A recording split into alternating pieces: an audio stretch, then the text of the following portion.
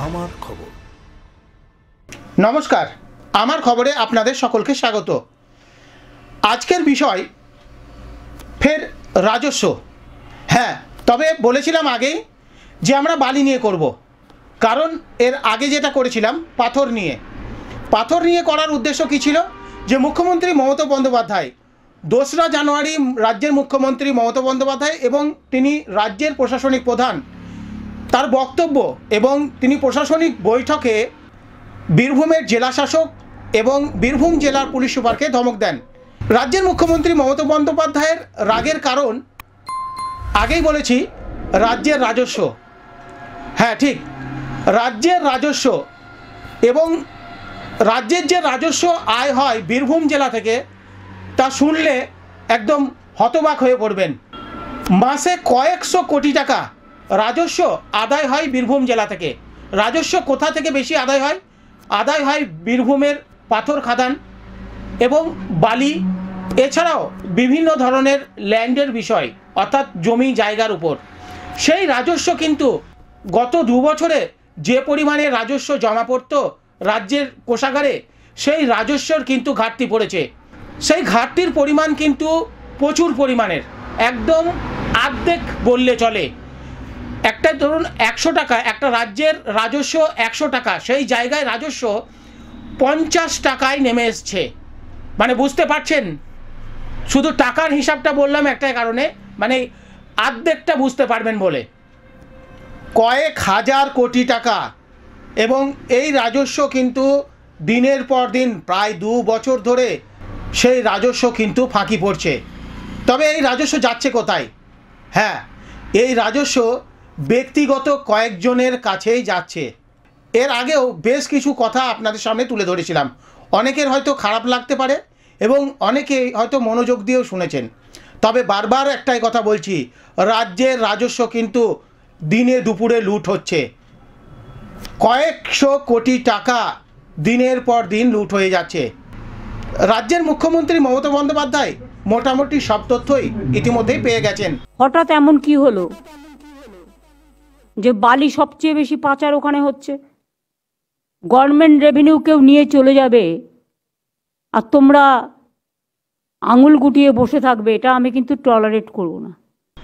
আরও তথ্য জানার জন্যেই তিনি 2রা জানুয়ারি যে প্রশাসনিক বৈঠক করেছিল, সেখানে মুখ্য সচিব এবং রাজ্য পুলিশের ডিজিকে তড়িঘড়ি বীরভূমে পাঠায় এবং বেশ কিছু তথ্য তাদের মাধ্যমেও তিনি জেনেছেন ইতিমধ্যেই হয়তো।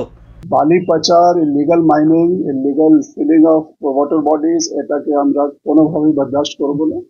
মাননীয় মুখ্যমন্ত্রী পরিষ্কার নির্দেশ দিয়েছেন, গতকাল মিটিংয়ে দিয়েছিলেন। জেলা প্রশাসনকেও আমরা সেই নির্দেশ দিচ্ছি সকলকেই, এর উপরে নজর রাখতে হবে এবং এটাকে বন্ধ করতে। এর আগেও বলেছিলাম যে বালি নিয়ে আমরা এপিসোড করব। বেশ কিছুদিন ধরে বালি নিয়ে বারবার অনেক জায়গা থেকে ফোন আসছে, রাতের অন্ধকারে চুরি হয়ে যাচ্ছে বালি।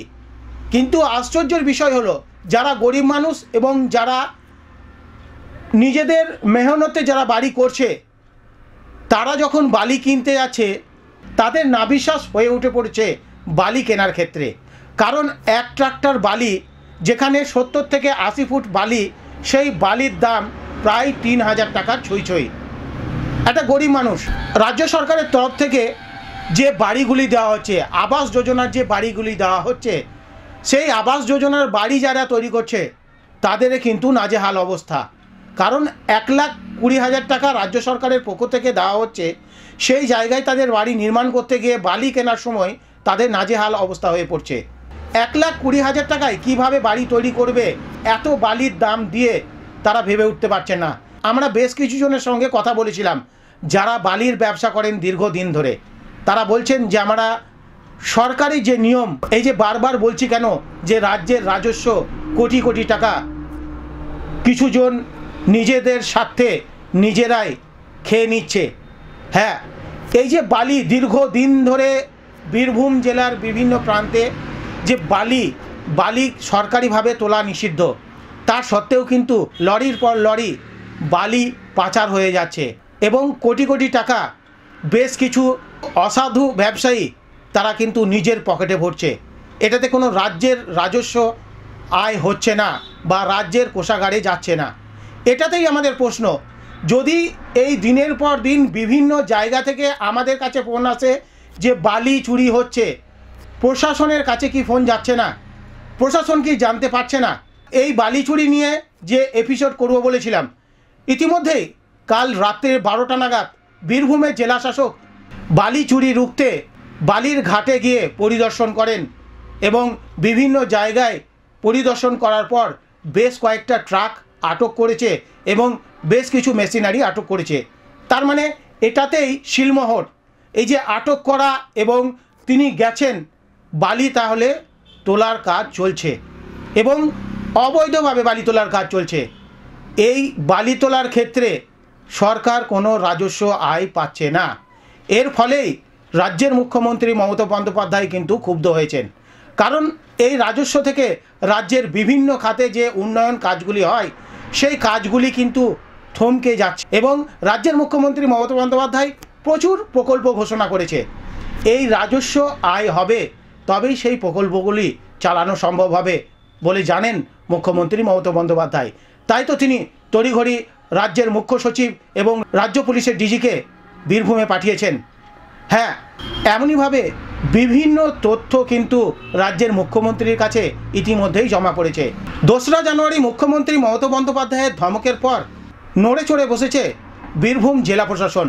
সেই কারণেই বীরভূমের জেলা শাসক পুলিশ আধিকারিকদের নিয়ে রাতের বেলায় প্রত্যেকটা বালির ঘাটে গিয়ে তিনি নিজে সরজমিনে খতিয়ে দেখছেন। হ্যাঁ, তবে একটাই কথা বলে রাখি, যারা দিনের পর দিন রাজ্যের রাজস্বকে ফাঁকি দিয়ে নিজেদের পকেট গরম করছেন তারা কিন্তু সাবধান, কারণ রাজ্যের মুখ্যমন্ত্রী মমতা বন্দ্যোপাধ্যায়ের কাছে বেশ কিছু তথ্য চলে গেছে। প্রত্যেক দিনই তিনি খোঁজখবর নিচ্ছেন, তাই নজরে রয়েছে বীরভূম। আমরা এমনই বিভিন্ন ধরনের খবর নিয়ে আপনাদের সামনে হাজির হব। এতদিন আপনারা আমাদের সঙ্গে যেভাবে ছিলেন আমাদের ফেসবুক বা ইউটিউবের মধ্য দিয়ে, আশা করব এভাবেই আমাদের পাশে থাকবেন। নমস্কার।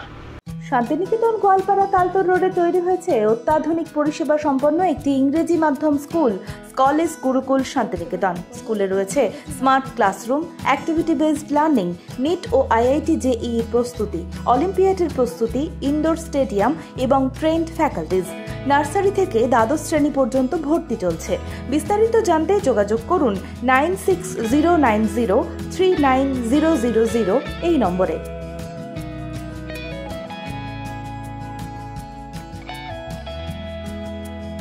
দেখতে চোখ রাখুন আমাদের ফেসবুক ও ইউটিউব চ্যানেলে।